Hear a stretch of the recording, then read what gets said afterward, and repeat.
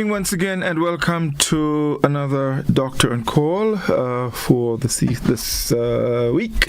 It is a pleasure as always, and this evening we're joined by some very special guests discussing a number of issues. So first, we welcome all our viewers to GBN Television 711, our friends on our Facebook page and YouTube channel, and of course our listeners on K105 FM. This evening we'll talk a little bit about immunization, vaccines, and so. And a little later on, we'll be chatting with Dr. Dwight Matthias, who is no stranger to the program. He's been here on numerous occasions, and he will continue to be with us, as time goes by. Usually, once we make a call to Dr. Matthias, he's always willing and ready to be on the program with us, and we're very, very fortunate to have him. Of course, Dr. Nixon is with us as well, and also joining us, Nurse Ned. She's nurse at the EPI department, and we'll be talking with her about immunization and vaccines. So it's a good time to welcome our guests, and let's start with Dr. Matthias. We're leaving the ladies for last. Dr. Matthias, good evening and welcome back. Good evening to you, and it's always a pleasure to be on your program to listen to some of the challenging question and to deal with endocrinology in terms of diabetes, thyroid, and anything general that I can address. But tonight's program, I know, is very fascinating, as I will learn about vaccination and the importance of that, and I know it will be a very informative discussion. And following, I just returned from Grenada after being there over the Easter and had several clinics, and I'll share with you my experience and the update and dig deeper in where we are falling short and what we can do to improve our healthcare on the island. Lovely, lovely indeed. And of course, Nurse Ned, good evening and welcome to Doctor and Call. How are you? Hi, good evening. I'm good. Right. Good night, everyone. All viewers and listeners. It's a pleasure to be here. Thank you very much. And of course, Doc, who is always with me. I don't know what I would do without her. But Doc, it's a pleasure to have you again. Good evening, and how are you doing? Good evening. Hot. You're doing... No. I hope everybody's enjoying a wonderful Easter season. Looking forward to the rain starting to fall so you can prepare a ground to plant and have homegrown food. Let me tell you what concerns me. I have pictures that I posted on my Facebook page last year where I had mangoes, pawpaw, just a whole lot of fruits and stuff. Mm-hmm. I don't see much of those. Like I tell you, my mango tree them just start flower, so I'm a little concerned. We talked about climate change last year, and I'm just worried that I don't want climate change to affect our food security, especially my fruit security. I got Mammy apple today, which is kind of out of season for me. It usually comes a little later, but praise be Jesus, right? But it's good to be here, and I really like our two guests this evening. One, Nurse Ned, who is EPI nurse, extended program of immunization nurse at the Ministry of Health. Very important as we practice preventative healthcare, preventative medicine. My favorite saying is that vaccines make adults. That comes from the pediatric nurses of the U.S. Vaccines make adults. Without vaccines, we might not have as many of us around. We know that. If you ask your grandmother and your great-grandmother about her siblings, they'll tell you 50% of them died in early childhood, before 5 years. And most of it was due to vaccine preventative disorders. Now that we have a vaccine program and an extended program more so, we are, when a child under 5 dies, we hear how much we decry if a child dies of diarrhea, or we have children who've had sickle cell who have died of complications of the underlying conditions. And you hear the cry from the community. Maybe 6 years ago or 70 years ago, that wouldn't be a problem because, children died anyway of things that we didn't have control. Now we have the control over that. And Dr. Matthias has a very good space here tonight because I think, after immunization, we get to be adults. What are the other challenges? And we've seen chronic disease as the biggest challenge to life after vaccines. And so he comes in, and like he said, he's going to give us a the experiences he's had in Grenada, working very, very hard, and thanks Dr. Matthias for his continued commitment to Grenada. Granted, it might be an excuse to come and hash and go on the beach, but we're not talking about that. It's nice to have him because I know he works very, very long hours, being in the clinic until after 8 on Tuesday night. That shows commitment and really concern about the situation. So I want to thank Dr. Matthias for being here. And of course, we're going to share with our friends here in Grenada and the people in the diaspora. And my friends who look out every week, like my girlfriend who's in London. I don't know if she's up tonight, but hello? Right, yeah. Well, Doc, you spoke a bit about the vaccine and, what it has done. In fact, according to the World Health Organization, vaccines are one of humanity's greatest achievements. And they go on to say since 1974, they've saved 154 million lives. That's more than 3 million lives a year, or 6 people every minute for 5 decades. And I can go on, but of course we have Nusned to share with us a lot more. Now, World Immunization Week ran from April 24th to the 30th. That's tomorrow.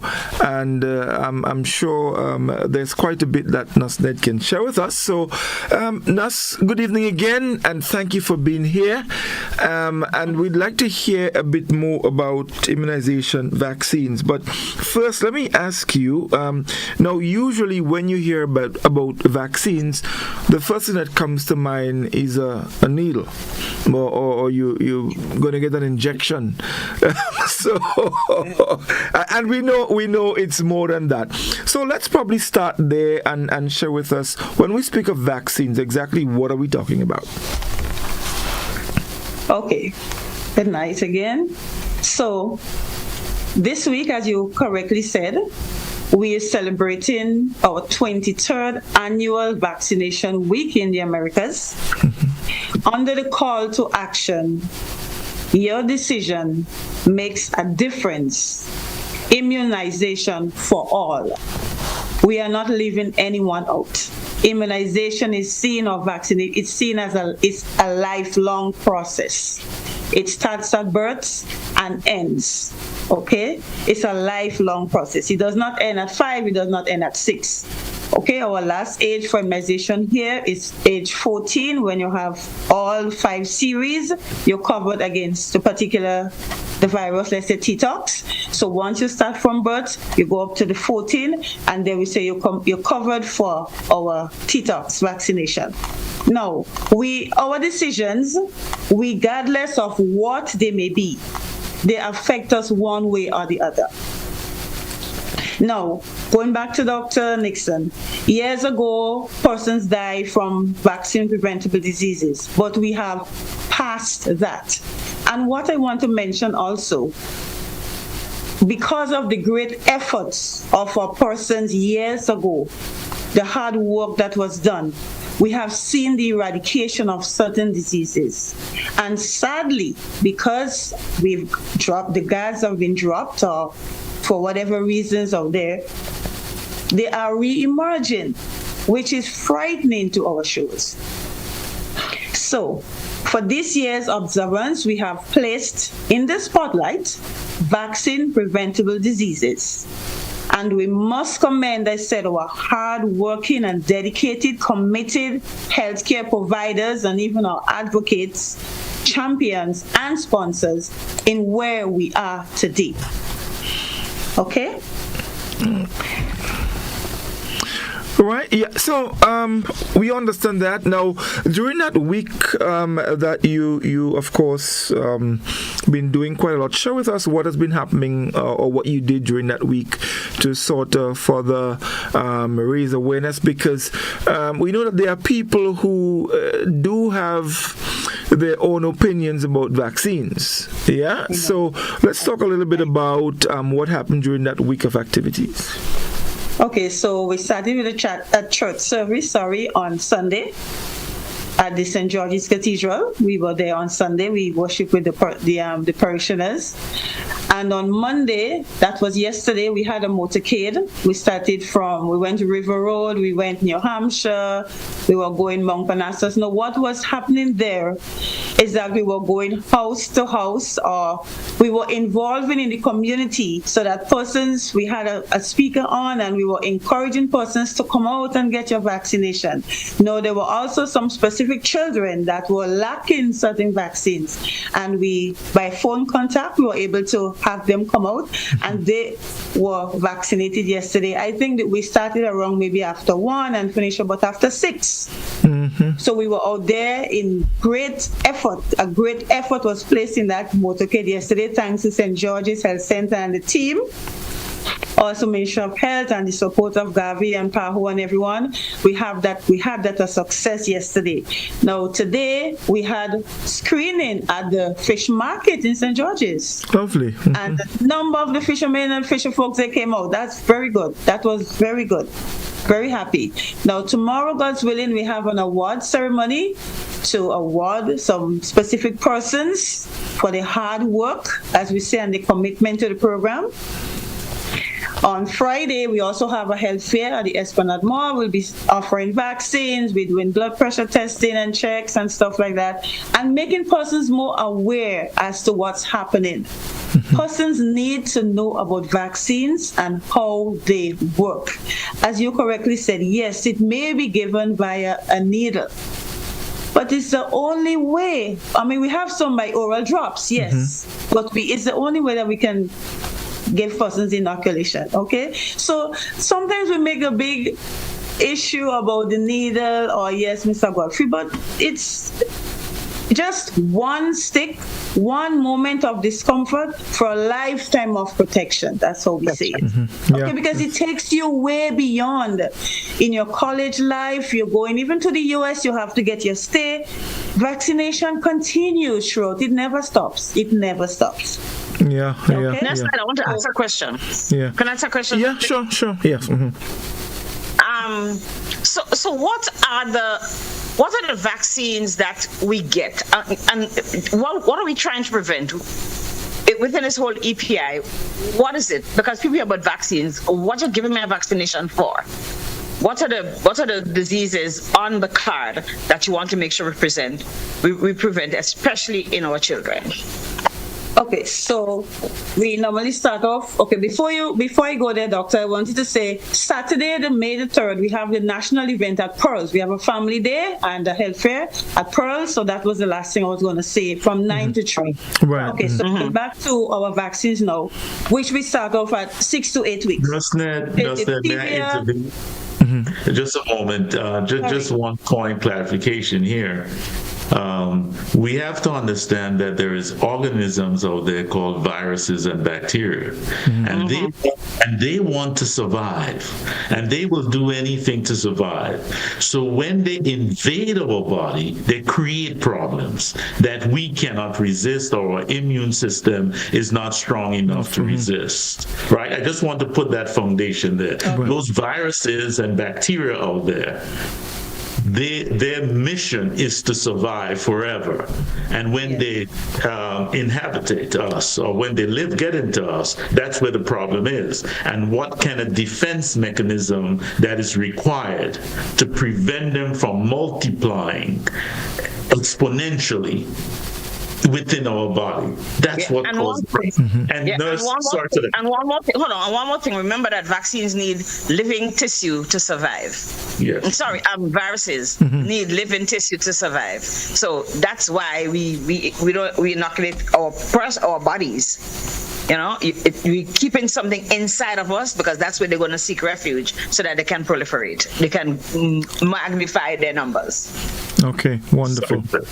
Yeah. So, Nas, yes, you can go ahead. You were telling us about from the family day. What was good? What vaccines are going to be?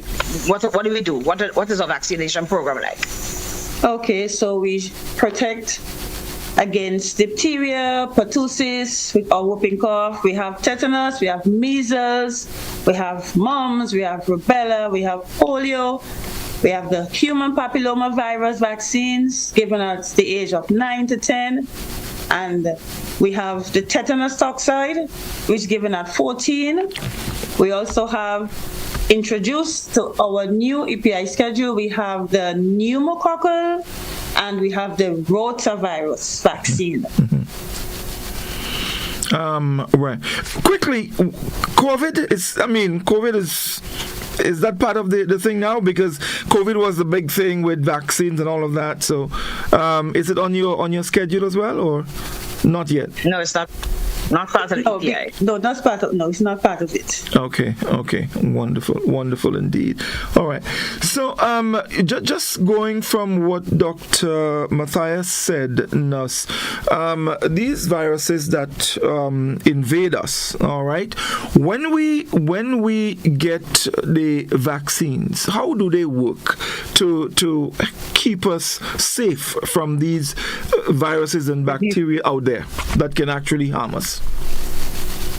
So once we receive the vaccine, our bodies build immunity. They build immunity and they provide with a level of resistance. So we're not going to sit here and say, if you receive the vaccine, you will not succumb to. But what we're saying is going to reduce hospitalization, and of course it's going to reduce the effects of what the vaccine, what it would have done without being vaccinated. What the virus could have done. Okay. All right. Definitely. Yes. So that's how they work. That's how they work. Yeah. Some of the conditions you mentioned earlier, we have not heard about them in Grenada for a long time. Usually when we hear about them, it's through the vaccines. You have to get vaccines for polio and diphtheria and things like that. Are these conditions still present? Because you mentioned earlier that vaccines were able to actually eliminate some of these conditions from Grenada. Okay, so because it's new in the air, I think if we follow the news, we realize that measles, which is a highly contagious infectious disease, yes, it's been eradicated years ago.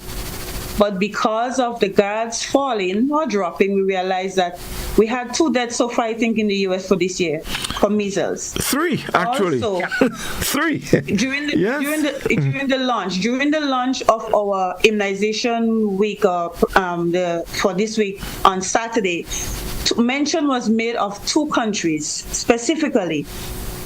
Belize, there was a positive case identified in Belize, that's measles. And because of the quick action, they were able to curb it to prevent further spread. Okay. Imagine, we are just a stone throw away. We're a global economy, and travel, the point here, the take-home point is, we are not immune to anything. It can cross our borders or our shores at any time. It just takes a vacation. Where there is under vaccination or there is no vaccination at all, we are opening ourselves to all these diseases that were there once and coming back again. If we are not careful, we cannot let our guards down. And we cannot say it's happening over there and it's not happening here, because we move from point A to point B. We travel.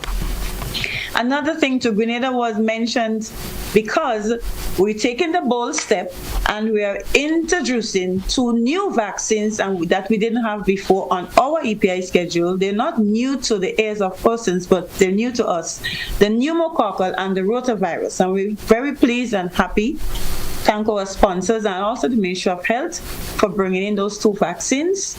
And soon we're going to be shifting from a pentavalent to a hexavalent. So from a series of 5 to a series of 6. More information will be shared on this, Mr. Godfrey. Okay? Okay, wonderful. Can you just talk about those? Can you talk about the diseases? Just elaborate a little, please. Why rotavirus vaccine and why pneumococcal? And what exactly do they do? What is rotavirus? Just elaborate a little, a minute. Okay. So the rotavirus, it causes severe diarrhea, vomiting, fever, gastroenteritis, and stomach pain. It can lead to life-threatening dehydration, especially in infants. How is it spread? contaminated hands and foods and surfaces. Even good hygiene and sanitation cannot fully prevent the infection, but the vaccine does. The rotavirus causes watery diarrhea, vomiting fever, as I said before, and it can lead to life-threatening illnesses. That's what we want. The point here is we have to protect our young ones. And remember, they are the most vulnerable ones among us, 0 to 1. As a matter of fact, the small ones and even the elderly. So it's on the spectrum, the lower end of the spectrum, 0 to 1, and the higher end of the spectrum, adult population. So we have to be very protective and mindful of the decisions that we make with those vaccines. Now, for the pneumococcal vaccine, now we say it's a serious illness caused by a bacterium, Streptococcus pneumoniae. It may sound a big word. It can lead to various infections, including pneumonia, meningitis, otitis media, which is infection of the air, sinusitis, which is sinus infection, and sepsis, which is a blood infection. How is it spread? It's spread through respiratory droplets from cough or sneezes. This is another thing that even the measles is airborne. It can remain on the surface for a while. So someone who is affected and have not cleaned the surface and someone else goes there, they are exposed. So these are the two new ones that we're going to be placing focus on, Dr. Nixon. So from time to time, we'll hear more about it. Okay. So the pneumonia vaccine, we have already had it in our EPI, right? I mean, we've had it available, but you're not going to introduce it within the EPI and for under 5s and seniors and people with debilitated illnesses. Is that what's going to happen? What we're going to start off to do, we're going to start with the 0 to 1. We're going to start there and then we'll gravitate to the elder ones, as you correctly say, yes. So the focus is on the 0 to 1. If I were an adult with severe diabetes, for example, or heart problems, can I seek out a pneumonia vaccine? We encourage persons to do so. But as I said, the focus now on that spectrum will be there. But that does not mean that they're excluded. They will be included into the program. Okay. Yes, please. Okay, wonderful. So, Doc, we have to take a short break. We're going to take that break and we will be right back. So stay with us, folks. We'll be back with you in just a moment.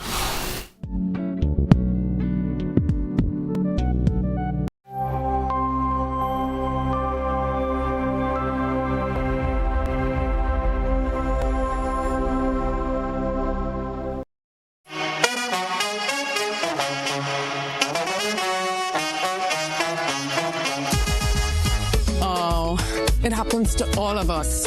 Low on cash and in need of money right away. Play Instacash Monday to Sunday and there are no draws. So what you're saying? No numbers to choose from? Nope.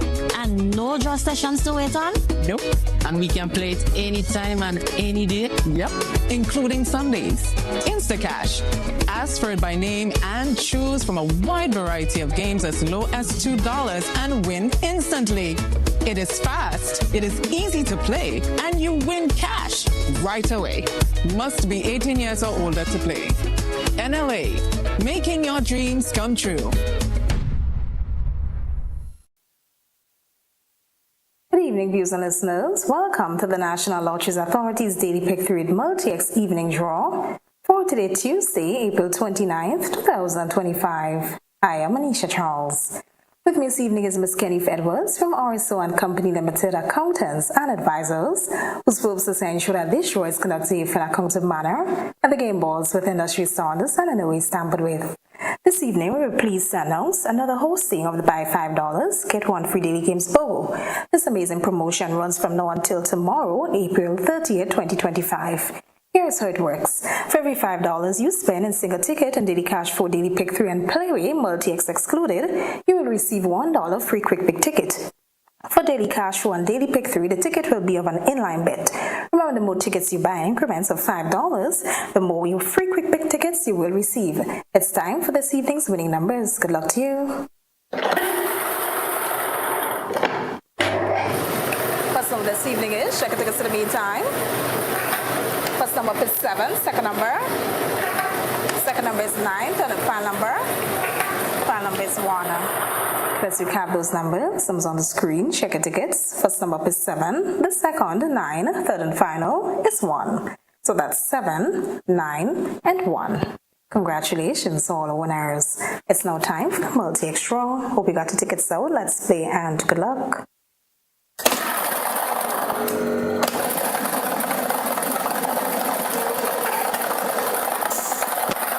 This evening's winning multi-X ball is FB. Let's recap. This evening's winning multi-X ball is FB. Congratulations, all our winners.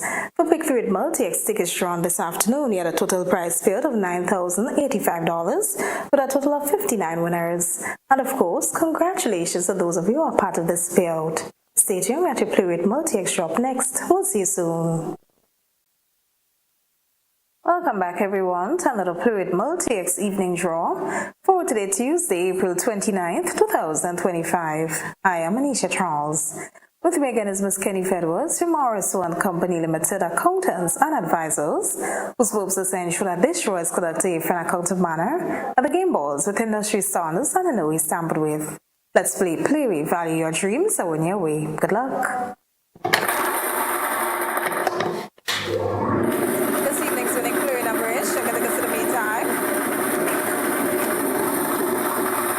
This evening's winning play number is 10. Let's recap the number 1010. 10 represents the dream symbol police. Congratulations to all our winners. It's now time for the multi-extra. Hope you got your tickets out. Let's play and good luck.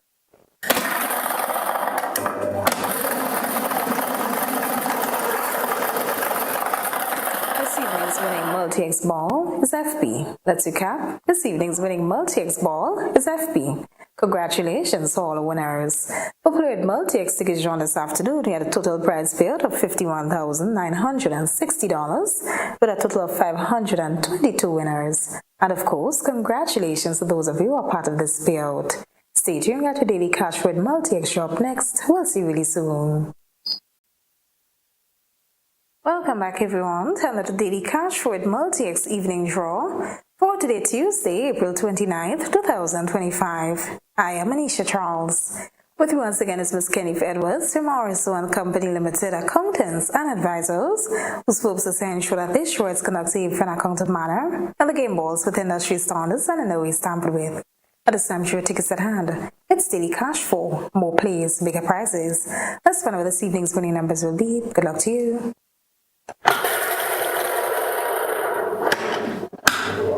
Okay, check the tickets. First number this evening is. First number is 7. Second number. Second number is 9. Third number up. Third number is 7. Fourth and final number. Final number is 2. Let's recap those numbers. Sums on the screen. Check your tickets. First number is 7. The second, 9. Third is 7. Fourth and final is 2. So that's 7, 9, 7, and 2.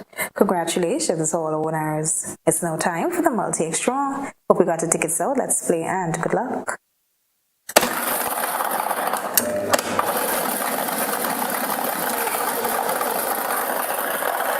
Multi-X ball is FB. Let's recap. Your winning multi-X ball is FB. Congratulations, all our winners. For cash with multi-X tickets drawn this afternoon, we had a total prize payout of $24,000 with a total of 18 winners. And of course, congratulations to those of you who are part of this payout.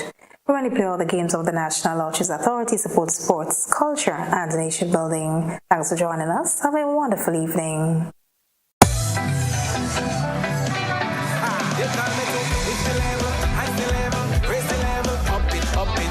What if you had a choice? A choice of joining a line or a choice of making your purchases online? What would you choose? While you ponder on that, the National Lotteries Authority has provided another purchasing option. All their games are now available online. Yes, Grenadians! From wherever you are, purchase your favorite daily and jackpot-type games using any electronic device. Register on the NLA's website at www.nla.gd. Top up your account and enjoy online lottery gaming at your convenience. We're taking shopping comfort up several notches. But the choice is yours. Join a line or buy online. NLA, make your dreams come true.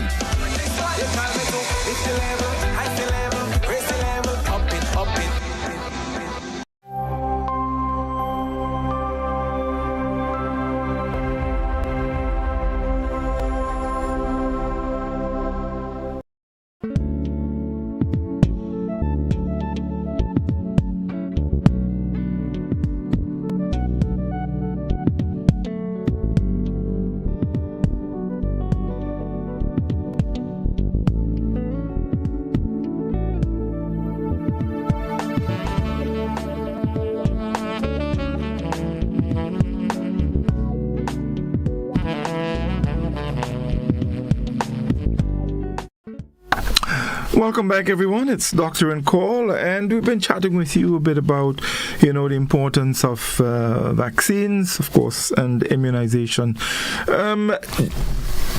Dr. Matthias or Dr. Nixon, do you have any questions that you would like to ask Nusned? I know she's unable to remain with us for the entire duration, so anything you'd like to ask her, we can do so at this point. I'll ask Dr. Matthias, you want to go first?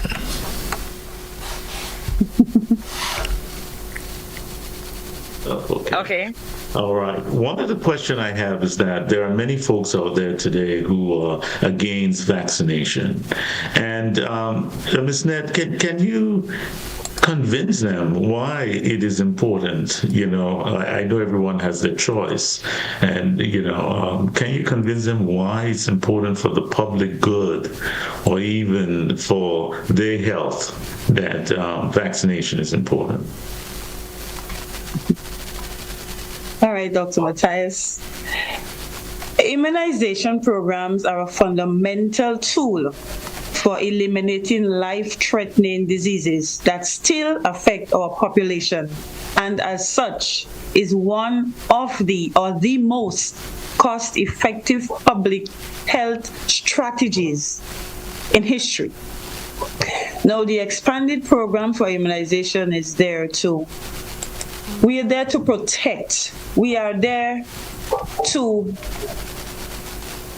create the environment where persons can live and work and be healthy. Reduce hospitalization, reduce death. That is what we're here for. Now, we are used to herd immunity. I'm not sure if persons heard about the term herd immunity. So, where more than 95% of our children are vaccinated. Now, because of our downfall, we're seeing a drop. So persons, we have this sense of hesitancy. That's how we say. Persons are very hesitant when it comes to vaccination, and in some areas there's so much information they're floating. There's some true, there's some false. So persons are a little bit caught in the middle of where to go. My plea is, we've been able to enjoy a portion of the hard work by eliminating some of those diseases. We really cannot and should not go back there. In this day and age, 2025, in this era, we should not be having outbreaks of vaccine preventable diseases. It's a no-no. And parents have that decision to make. They are the ones that are in charge of the children. No.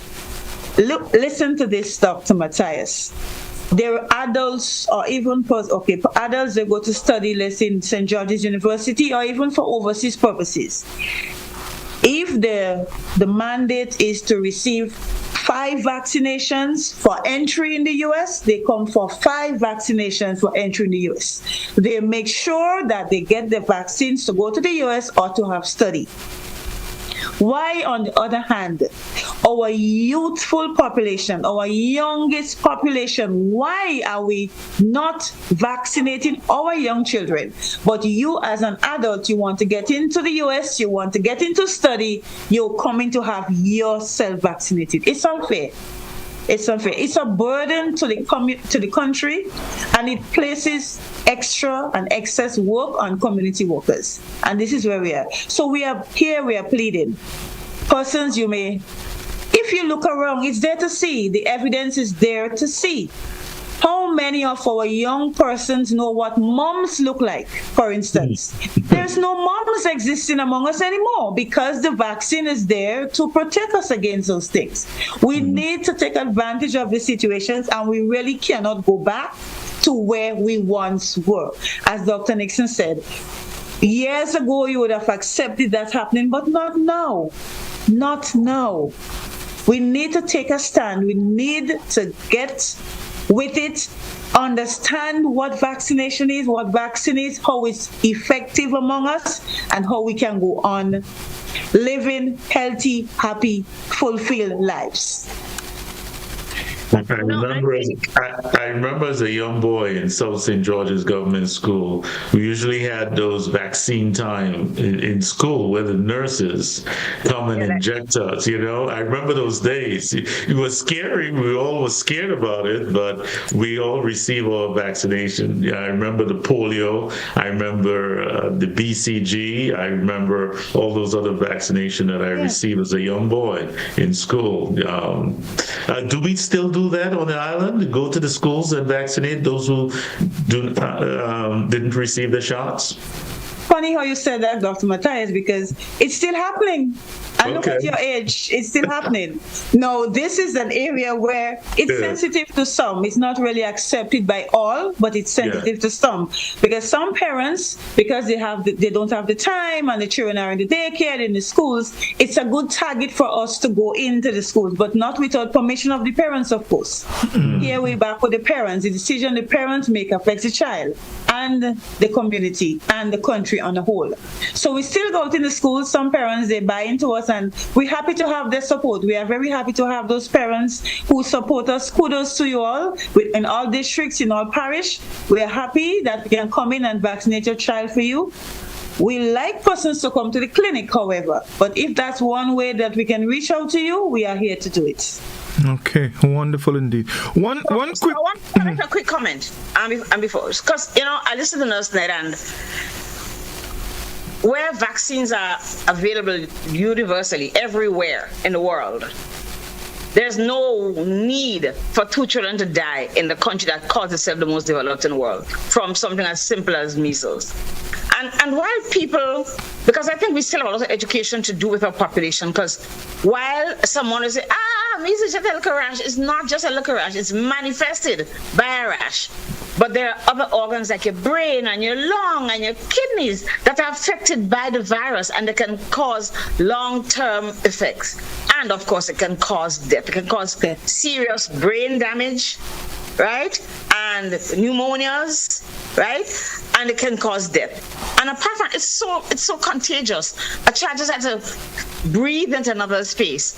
Why are we setting up ourselves for things that we can manage? We need to leave that for things that we don't have control over. So I expect that the EPI department, I know you will introduce rotavirus, which I think is a very good move, because one of the things you have to remind people as well is that if a child has vomits, one little cup, let's say 2 ounces of vomit, and I vomit 2 ounces of vomit, the amount of his body mass that is lost in 2 ounces of vomit is incomparable to what I lose. Well, what I lose is incomparable, and that puts a child at risk. And so it's very important that our small children, our most vulnerable, infancy 0 to 1, get their rotavirus vaccines, because we saw what happened last year. Remember last year when we had severe dry season and we had an upsurge in diarrheal diseases? We need to have our children protected so their bodies can act against the viruses that come. Or even when the rain season comes in, you see a lot more viruses. So parents, this is a plea to grandparents in particular, because you guys out there loving our grandchildren, and of course to parents that these vaccines are not going to make a child autistic. If vaccines would make children autistic, I'd be a fool. My daughter will be sick, and Dr. Matthias would be sick. We all got vaccines as children, and you guys get a more refined vaccine than we did, because I remember the first day they gave us a polio vaccine. open your mouth and we were so happy because the nurse in the brown uniform, like Nurse Ned, turned up with a box, with an ice box, and everybody started bawling. But it's important that we all learn and understand. There are naysayers out there. I want to bring that straight. There are people who are anti-vaxxers, and the reason why they get anti-vax, and I've said it, I'm not afraid to say it again, is because they know that 95% of our population that is protecting their children. It's liberty they're taking on a positive move by the rest of the population. I'm going to ask you, as far as possible, parents, make sure that your children are vaccinated, right? We don't want any child in Grenada dying from diarrhea. We don't want any child dying from measles and simple things like that. No, we cannot pass that. I can pick up my phone and talk to somebody in real time in Siberia. So this moving up, avoiding a vaccine is not cutting it. That's not modern day behavior. If you have questions, just go to the nurse, to the health center and ask the nurse, what is this all about? Or ask a doctor, a pediatrician, and they'll explain to you why it's so important to have to have vaccines. Right. So thank you, Nurse. Right. One last question, Nurse, before you leave us. We know most medications, they do have little side effects, and so that is known. As it relates to vaccines, are there any side effects we should be concerned about? And I'm asking that because as I said earlier, people have their own ideas about vaccine. I mean, we saw it manifested well during the COVID period. Are there any side effects we should be concerned about, or it's just probably just like the normal side effects that we would get from other medications? With everything, Mr. Godfrey, there's some mild, moderate, or severe side effect or something that may happen. And in most cases, I must say that it's mild. A little pain at the injection site, a little fever, some report, some may report a little swelling, which will resolve. Mm-hmm. It will resolve with time. We advise persons no Iodex or no soft candle at the site. You just gently rub with the soap, what we normally bathe the children with, mm-hmm. and it will resolve itself. Some parents, they report high fever. Some persons, they give the child the Panadol before they come to the vaccine. But in some cases, I have to say, where the child may develop an extremely high fever, some may end with seizures, and maybe that's the end point. There are some persons who are very skeptical of the child receiving the vaccine and getting a fever. I think that's parents' major concern. Okay. Or another one too, the child may not be able to sleep, and the child will disrupt the parents' sleep, and so these are the things that we get. But basically, it's just the mild ones. Okay, thank God for that. We don't have the severe, on the upper spectrum of it. All right. Okay, wonderful. Thank you very much. So, Nurse Ned, is there anything else you'd like to share with us before you leave us this evening? It's my appeal once again, parents. Remember the theme this year. Your decision makes a difference. Immunization for all. Our main goal remains to reach every child. We have started and we will continue.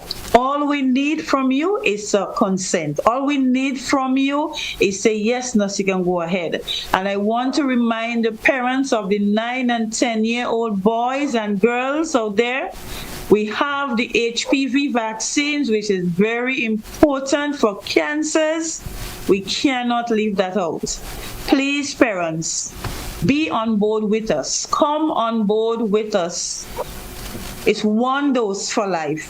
One single shot can make the difference. Okay. This is where I want to close off. Thank you. Yes. Yeah. Thank you so very much, Nurse Ned. And of course, as time goes by, we'd like to have you back again to continue, because these are messages that we have to continue to put out there. Definitely, it's important because as you explained, and I'm sure as many of us have seen in recent times, vaccines are important and they do play a significant role control. And I just want to echo again the words of the World Health Organization. Vaccines is one of the greatest inventions of man. So thank you, Nasned, and it's a pleasure, and we look forward to having you back again sometime soon. Okay, thank you. And have a good night, everyone. Yes, all the best. Okay. All right, take care now. Right. Of course, folks, we thank Nasned for sharing with us this information regarding immunization and vaccines. Now, Dr. Matthias is with us as well. Of course, you well know that by now. And he just returned, or he just left Grenada after having some clinics here. So, Dr. Matthias, you're always here doing your thing and helping people. So let's start by sharing with us the experiences and what actually happened during your last visit. Again, thank you. Very robust discussion prior. I should add, in my specialty, we do recommend vaccination in our diabetic patients because of the immunity. We do recommend flu shots. We do recommend pneumococcal vaccination, RSV prevention. We do. Anyone who has any immune compromise condition need to be vaccinated. So it's not only for the kids, it's not only for the elderly, but if you are immunocompromised, you may have lupus, etc. These things, you are prone to infection. All right, I just wanted to put that out there. And for young folks who may be sexually active, the HPV virus is very immunization is very important for those kids to prevent the long-term complications that may occur from the HPV. All right, put that out there. So usually twice a year I visit my homeland to do endocrine clinic, and oftentimes very excited, very busy. The clinics are set up on day one. We have diabetes clinic. Day two, we have thyroid clinic. Day three, I will go up to Grenville and have general clinic. Day four, then I'll come back to St. George's and do general endocrine clinic. And the last day is free for all. Anything shows up.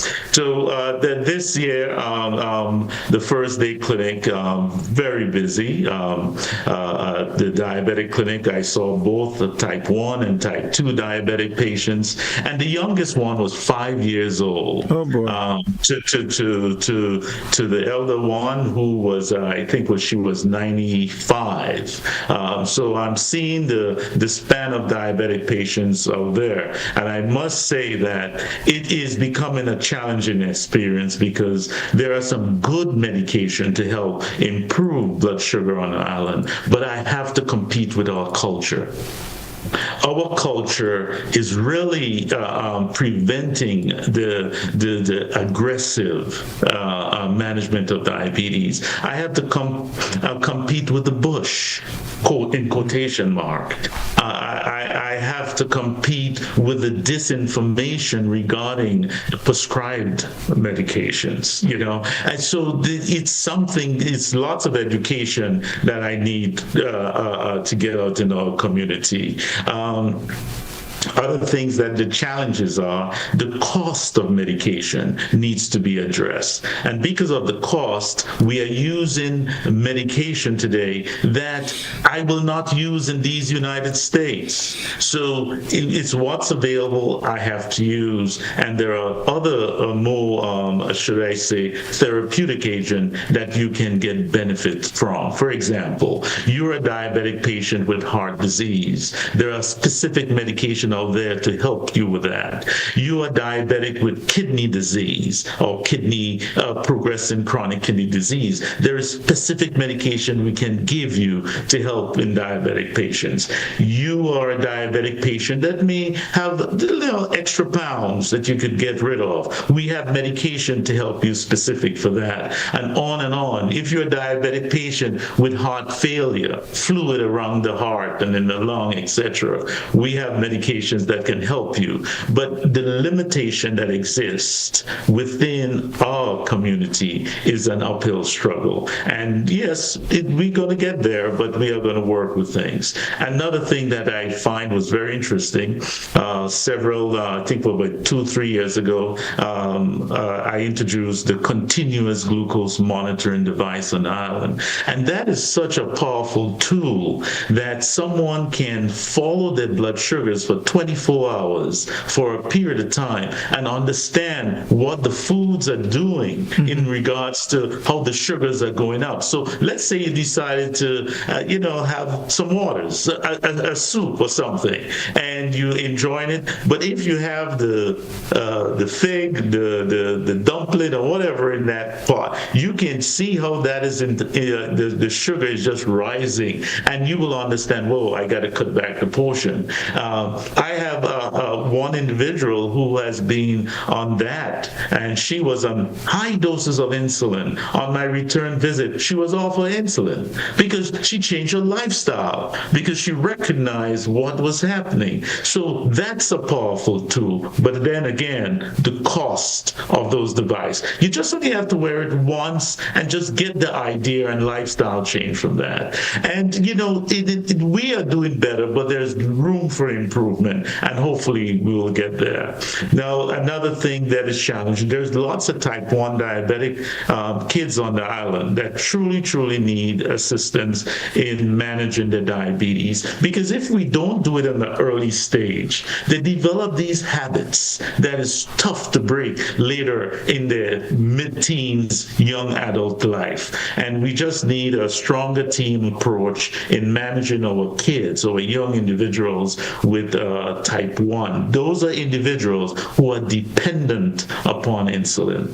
There are a couple folks out there that have the insulin pump that help manage the diabetes. That's a device that gives you insulin on demand. In other words, the technology has allowed us to, whenever sugar rises, we recognize that, and you have insulin to bring the sugars down. Yes, there are patients that we started on the island on the insulin pump. So things are progressing, but I want everyone to have that opportunity, not only a select few. So that's one thing. What I've also observed in regards to the thyroid, there are lots of individuals that has overactive thyroid, which we call Graves' disease. The thyroid produces lots of thyroid hormone. It causes weight loss, increased heart rate, irritability, anxiety, etc. And there are some severe heart conditions that can occur. There's lots of folks with that condition on the island, and there are also lots of folks that may have goiter. A goiter is an enlarged thyroid, and some of them have symptoms, choking sensation. It may even push their trachea, the windpipe, to one side, and help in managing that. And it's a fun clinic. It's a very exciting clinic. Patients have the patience to wait on me, because on day one, I saw over 52 patients on one day. In Grenville, we hit another 40. We came back, we hit another 58, and then we had another. So it was over 150 something patients we saw over that 4 day of clinics, and it's a lot of work. But the staff there was they helped a great deal, and the pathology. When I say the pathology, the endocrine illness on the island is not unique for diabetes and thyroid. We have calcium problem. We have things we call high prolactin problem. Folks who are not having menstrual cycle problems. Brittle bone problems. So it's a lot. That you may not be aware of. But the endocrine and dealing with diabetes, and another major issue we have that is not addressed is high blood pressure, the silent killer. High blood pressure, we have to aggressively address that, because many patients will say, well, I took the medication and it finished. I stopped taking it, for crying out loud. These are the sort of things that you hear, and you have to reinforce the medication help bring the pressure down. right? With your lifestyle change, staying away from the salt, being active, losing the weight, you can do much better. So it's education. That's where the shortfall is, and that's what we have to work upon. Dealing with the chronic diseases in Grenada. Education, not only to the patient, but even to we professionals in understanding their belief. What was very interesting, a young lady came in with high sugar. I said, tell me where we are going wrong in regards to managing this condition. She said, I grew up drinking sweet water. And that was a norm for me. So I continued drinking sweet water. It's like that. That's why I said the culture is so important to address. You have to dig deep, not just give patient information, but have a conversation. Tell me as a professional, where I'm going wrong. Why am I not reaching you? Why isn't the message getting there? And hear the response. We can learn from the patients also, and that's very important. And that's what I'm seeing in the majority of times on the island. Right. Doctor, have you seen, let's say, repeat patients? I mean, because you come every year. The repeat patients that you've seen, are you satisfied with the improvement or it's just work in progress? Number one, they will admit up front, Doc, it's my fault. I know I already have victory because they know my standards, right? They know my standard. So the repeat patient will come in and say, all right, Doc, I didn't do as expected. Because there was a young guy, and there was he was in his mid-40s. He came in, and the first thing as he said, Doc, I didn't follow your plan. I already know he knows what he has to do. And for whatever reason, maybe environmental, maybe family structure or whatever, he knew he was wrong. And that's the point. They understand, and just to say that they didn't comply. Some of my patients, the repeat ones, have shown tremendous benefits, and I'm very pleased with some of them. And I will say, all right, return to your primary care physician and continuity of care. But unfortunately, again, the medication, the cost, and the continuity. I'd like, for example, instead of prescribing only 30 days, that the person has to go every month to the pharmacy, if we can give them a 3-month supply of medication at once. Because, the work, the schedule, going to the pharmacy, start writing prescription for 90 days rather than 30 days. Yes, the 30 days could be convenient in terms of cost. But if you have 90 days prescription, the continuity of care, it's there. Yes. So that's something I would like to see more of in prescribing medication on the island. If you cannot afford the 90 days, do the 30 days. Get a discount to then get a 90 days prescription. That's something the pharmacist could work with them. But Right. Mm-hmm. Dr. Nixon? Hey. Dr. Matthias and I talk almost every day now, so we already commiserated, lamented, quarrel, cuss. But, we still have a responsibility as caregivers to ensure that people stay well.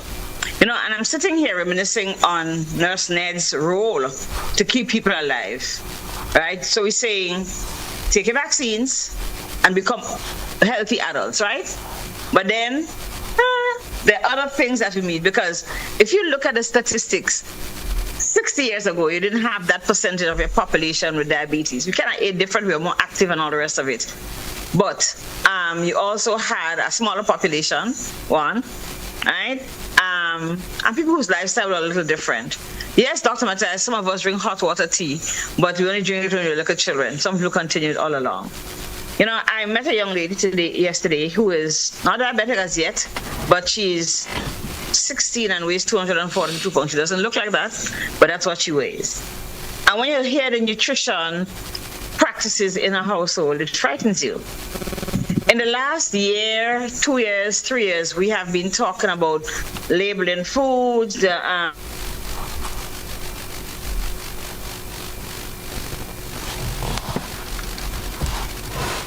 for younger population who have escaped measles and mumps and rubella and pneumonias and polio and all of that come up to confront another set of demons that are also preventable. So there are a lot of things that we have to do, Dr. Mathias, I'm sure you'd agree, and from a cultural standpoint, and maybe that's one of the things we need to appreciate. Because when I tell my patient you can't eat 2 slices of bread, everybody know I tell everybody that, right? I say toast a slice of bread, and a slice of bread is what you get from the supermarket. That's a slice. Not when you have a big bread like that you make at home, you cut quarter of it and you say there's 1 slice. It is a slice, but it's a big fat slice. Too many slices in that 1 slice. And when I tell my patients, toast your bread, toast in a pot. You don't need to have a toaster if you don't have it at home. And cut it into small bits, and I bet you can't eat a whole slice. And they tell you, you're right. And when I tell my patients, we tell patients eat banana or yam or breadfruit, but they eat a whole tree. All the breadfruit that go on the tree one time, they eat it. If you look at our plates when we take a serving of oil on, there's just so much culture and education we need to share. And I'm sure Dr. Mathias would agree with me. That is what we need to share in order for people to understand where we go wrong. And we need to hear it from people like your converted patient who has changed the way she or he has eats and behaves, and who has gotten control over the diabetes. There is no magic. There's just logic and behaviors.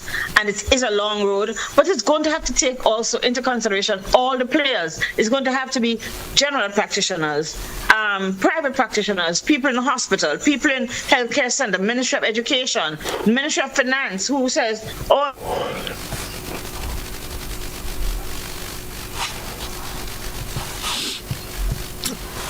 I think did we okay. Right, and the Ministry of Health, as a leader in healthcare maintenance, have to take the lead. The Ministry of Health has been out there getting people tired. Listen, in the last 10 years, despite all the work that has been done, we have a 400% increase in diabetes in the world. Your point has to be made in Grenada, the amputation that is occurring on the island as a result of diabetes. And that should really be an alert to our leaders. Yes. Why are we having these amputations? Can it be prevented? So preventative medicine is very important. Not trying to treat when the kidneys fail, trying to get them on dialysis, and amputating the foot of individuals, the heart attack, the stroke, all these things are possible with diabetes. So as I alluded to earlier, is the working with the culture. We have to dispel the myth, the assumption that may exist by having these herbal remedies. Because the herbal remedies, yes, does it work? I can't answer that question because I've never compared it with the standard care, right? You may say, all right, black sage, have a couple cups of black sage. Let me ask you, is it the yellow leaf? Is it the green leaf? Is it the dry leaf? Do you, how much, how long do you sip it for? How many cups do you? These are the things we have to standardize. So we'll say, all right, when I drink 5 cups of black sage, it will drop my sugar 20, 30 points. We don't know.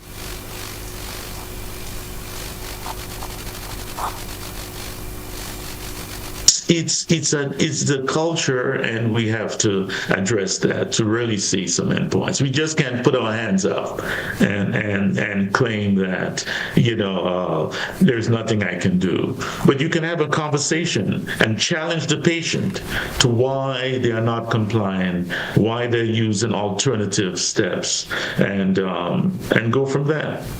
Well, Dr. Mathias, I think that the conversion has to start from the person who is newly diagnosed, because that's what we're seeing. Okay, we can talk prevention, but then we see all these new patients. Like I said, I saw 4 new patients, and I don't have a very big practice, and I saw 4 new patients in 4 weeks.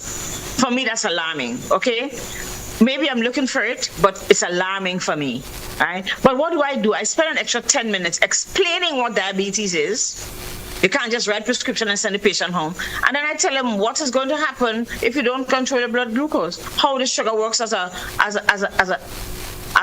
firearm, a loaded firearm against you, and cause you to have strokes and blindness and heart problems and kidney problems and circulatory problems. You lose your foot and everything. And we go through it again. We talk about it another time. It has to be a lot of conversion of patients that they understand, taking it down to brass tacks, simple language, explain to them how you make, what you're worried about, ask me questions, write questions, because we don't have a proper diabetes education program on Ireland, and that's very sad. We don't have diabetes educators that people can go and sit and talk to, who can take the whole, you literally need sometimes to hold people's hand, the patient's hands, so they can understand what's going on there. For them, it's also overwhelming because it's a long term. When you give somebody a diagnosis of a chronic disease like diabetes or hypertension, right? It creates a lot of anxiety for them. We know that diabetics or people with diabetes also have challenges with their mood, that depression is one of the problems that diabetics experience. We don't even mention that. We don't even screen our patients for diabetes. We don't even ask them, so how are you feeling? How is your mood? You're up, you're down, how are you coping? Right? So there's a lot of education, as you said, that has to be done, not only the patient, but with the people who deliver care, so they can understand, how do I put this in small, practical packages so my patient can go home, open it, and understand what's going on there. And that's a big problem. That is where part of the problem is, the whole translation of what the disease means, and what it means for the patient, and eventually what it means for the family and the workplace and the global and the local economy and the global economy and all the rest of it. But we have to experience with the patient what the challenges are. What is this thing, right? And how is it going to affect you in very simple terms? Yeah, you're absolutely correct. You're absolutely correct. Because one of the things that I also recognize is that the newly diagnosed diabetic patients, some may present mildly just by you screening the marker for diabetes, which we call the A1C. Or you may just do a random blood work and you may see an elevated blood sugar of over 200. The patient may have symptoms suggesting of high blood sugars, frequent peeing, drinking a lot, very thirsty, bruising easily, have an infection that is not improving. Those are subtle signs of high blood sugars, and you can be aggressive in how you approach that. Now, even here in these United States, in my neck of the woods, I have patients who present to their primary care physician, not even the primary care, even in the emergency room, with 450. They give them some fluids, and then they give them metformin and say, go see your primary. And it's insane. If someone presents with blood sugar in the 400 range, you already know they haven't got any insulin production in their body. And you have to, so the struggle is not only on our islands, it's also in this neck of the woods. And here again, it's education, and lifestyle change. Lifestyle change is so important in diabetes patients. The first prescription I write is lifestyle change. Decrease carbs, increase physical activity. That's it. As long as you're a type 2 diabetic, that will work. Decrease carbohydrates intake, increase physical activity, and you will see a remarkable difference. A remarkable difference. You won't have to rely on that. Look at our walking. Come on, there's traffic jam at certain hours in Grenada. As a youth, that never exists. So everyone is not as active as they used to be. The walking, that helps. That, going uphill, going downhill, taking the shortcut in St. George's, stand up on the carriage, etc., don't exist anymore. I went to a store in St. George's today. I went to the courts from where my office is, right? And the guy asked me where my car was. It takes me 2 minutes to walk under the tunnel to get to the courts from my office, right? Why didn't you call my car? I said, I've never really thought. It's going to take me 5 minutes to get to my car anyway from where I sit. But people are expected to always move with their cars. Yes, I said, I never ever thought about it because it was 1 minute out, a minute and a half under the tunnel, and another minute and a half. 5 minutes, and I'm comfortable, and I've exercised for 5 minutes for the week. Yes. Well, I'll tell you what, Doc. There's a word for that. What's that? It's called development. But that's what you have to figure out, how you're going to live. You're going to live well in a developed environment. Mm-hmm. Yes, of course. How are you going to create balance in living healthily in a developed environment? I don't buy frozen foods. I don't buy prepared foods in the supermarket, and I don't have a microwave, so I'm dead anyway, right? There are things I just do not buy. I don't know what people buy in the supermarket, because I buy very fundamental things that I can prepare, and I eat regular foods. The truth is, we're going to have to get a population to a point where they can live, like Dr. Matthias said, in harmony with the environment in which we find ourselves, right? We see everything on the internet. I spoke to a young lady today. She had KFC for breakfast, and then she had chicken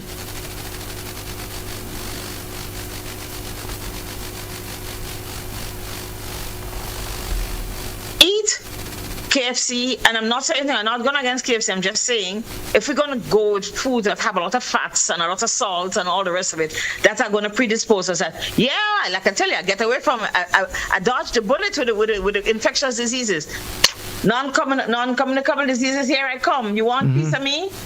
Watch me eat this chicken. Watch me eat all this potato. Why are our families eating potato salad and macaroni and cheese and rice and peas on a weekend, in a Sunday dinner?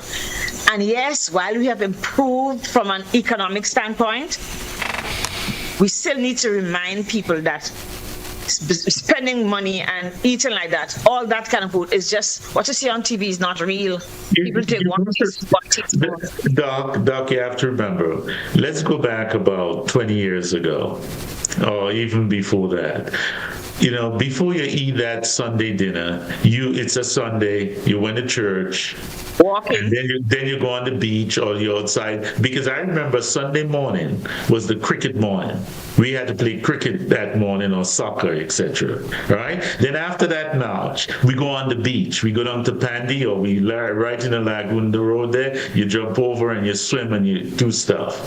Then you have your lunch at around 1 o'clock. All the food you just mentioned. Right?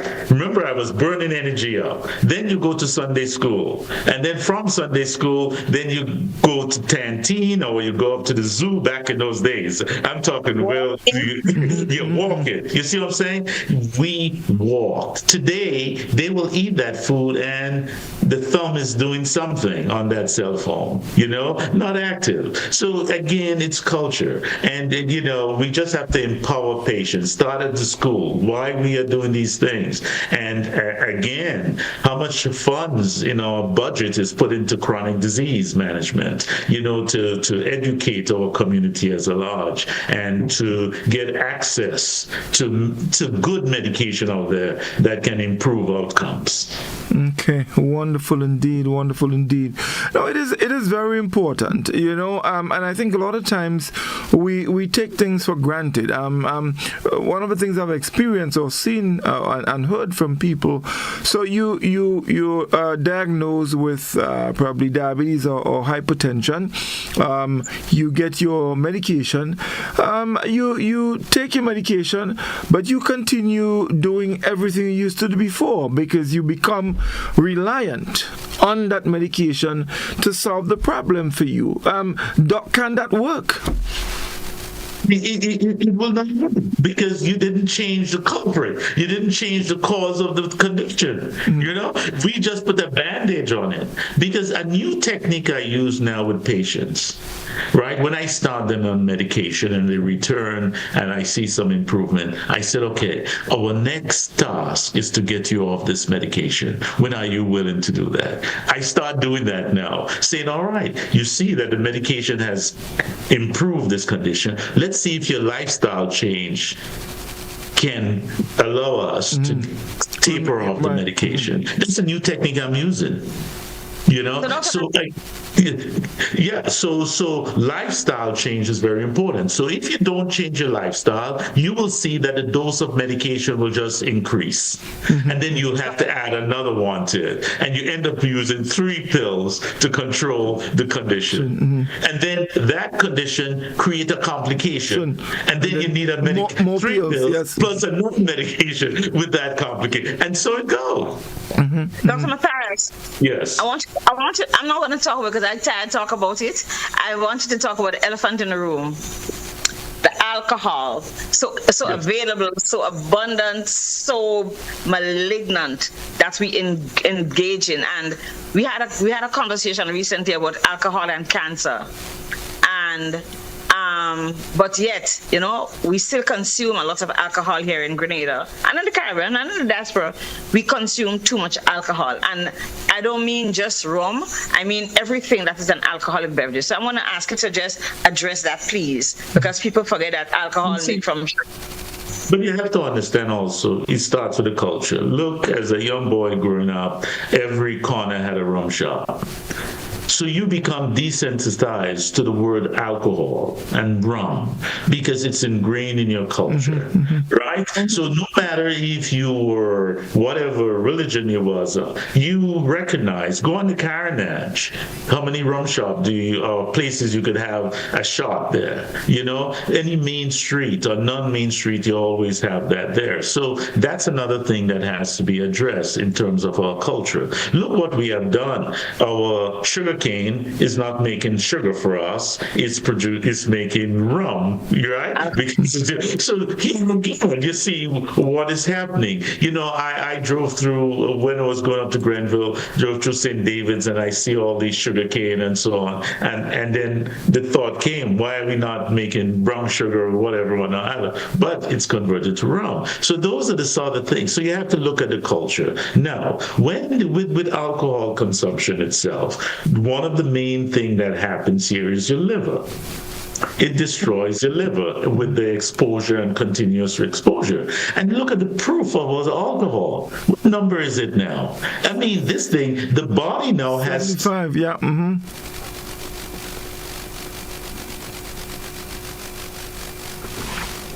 down. But then you are now taking how many shots? I don't know, because I'm not, an alcohol drinker per se, but here again, the toxicity of it destroys the liver. And therefore the liver goes through many changes, and we can call it a hepatitis, not an infectious hepatitis, but an alcohol hepatitis. It destroys that. And as it's been insulted over the years, you're going to have this hepatitis now evolve into cirrhosis. And that cirrhosis is when the liver is not functioning the way it should. And that in turn lead to before you get it done, the belly start accumulating fluid, and your esophagus now have dilated blood vessels, which we call varices, and then you start vomiting blood, you become jaundice. I'm being very descriptive here, and eventually death.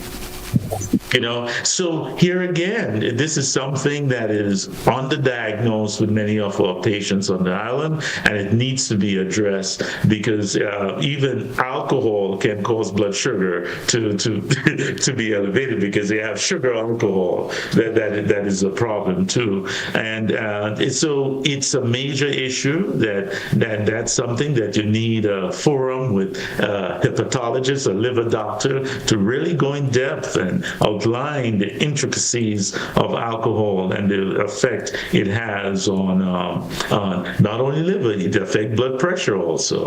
And you can have pancreatitis from it and inflammation of the pancreas. And that's a horrible disease itself, So here again, it could interfere with even the man erection, etc. All this stuff can happen with that. And don't blame it on my blood pressure pill. Blame it on the alcohol, Right, yes, indeed. Well, yeah. So I know you had a very impactful visit to the male surgical ward several months ago when you were visiting, and you talked about the amount of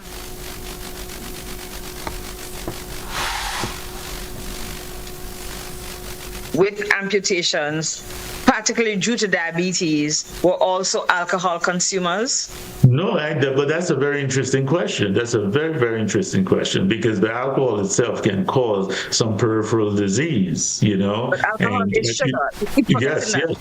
Yes, and it's very interesting, and I think that will be one of my questionnaire next time I speak to especially patients who are diabetic, consumption of alcohol, because we have to do this kind of correlation. And thanks for that. I'll add that to my questionnaire when I see patients next time in my clinic, so I can get some data. Make sure my name on the research, okay? On the research. Yes. I think that's a very important point there. Yes. Right. Well, I'll tell you what, Doc.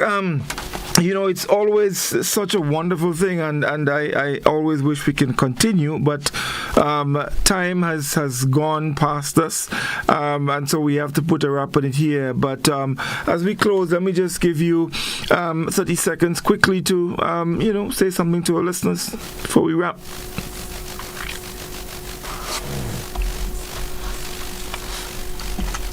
But what I'm seeing today is some of the chronic disease is overwhelming our population. The cost is unbearable. The disease burden is becoming overwhelming, and it needs to be addressed. Not like yesterday. Now, we need to be proactive in our care and seek. For example, every 5-10 years of your life, there is something that a human being has to do. They have to screen, And so as you move from 30 to 40, what do I have to do? See your physician, see your primary care physician. From 40 to 50, see your primary care physician. So you can have your different screening to identify illnesses, identify change of life, things that needs to be done. For example, if you have family history of prostate cancer, you should be screened early for your prostate, man.